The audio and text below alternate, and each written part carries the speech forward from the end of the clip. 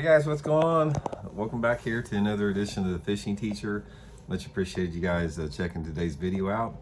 And today we're going to be giving you guys some tips and advice on how to find places to fish, because I know when you're starting out fishing, a lot of times you just don't know where to go fishing at. And believe me, I can relate to you guys, because I remember back when I started fishing, that was the biggest challenge, is I didn't know where to go fishing at. And I would watch these fishing shows. Like back then there were guys like Roland Martin and Jimmy Houston and Harold Lindsley that you'd see him catching all these fish, and it's like it made you want to go fishing so bad, but just not having any good places to fish was very frustrating. So we're going to talk a little bit about that.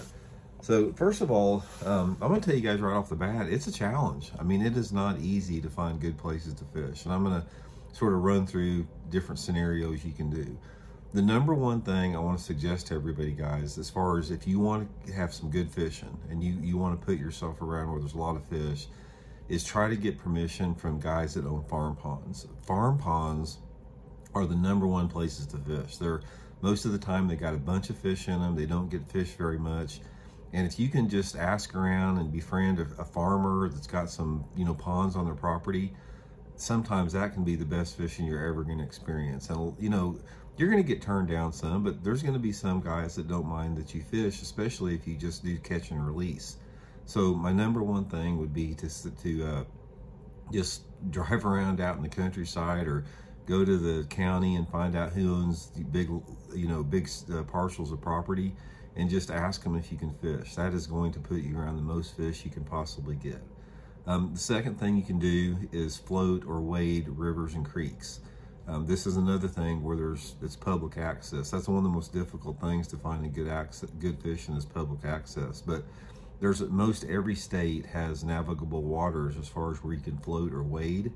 And like I said, you can call the Department of Conservation on this. They can give you information for, access points. And sometimes floating creeks, like in a canoe or flat bottom or something like that, is some of the greatest fishing you're going to have.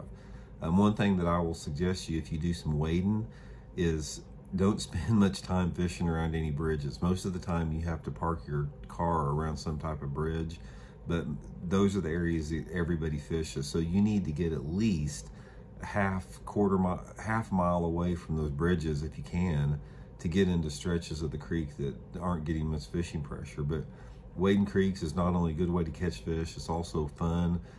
If you got kids or something, it's a really good way to take them, because there's always something for them to keep their interest. They can turn over rocks and look for crawdads. They can look at minnows swimming in the water. They like wading. It's just a really good way to catch fish, especially if you got kids.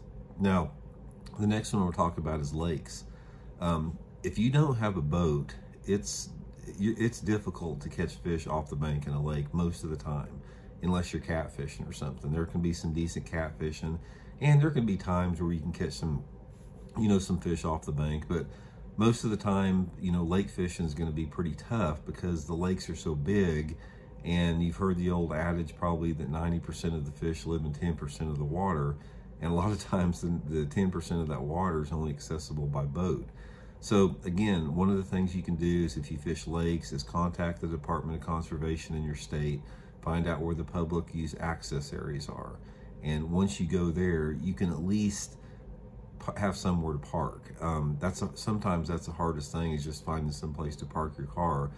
I would not recommend fishing around the public use access areas. I'd recommend, if you can, and if the Corps of Engineers or the state owns so much of the shoreline above the water edge, walk the bank and try to get away from those particular areas. Concentrate on any type of points that you have. Points are good structures where fish congregate on.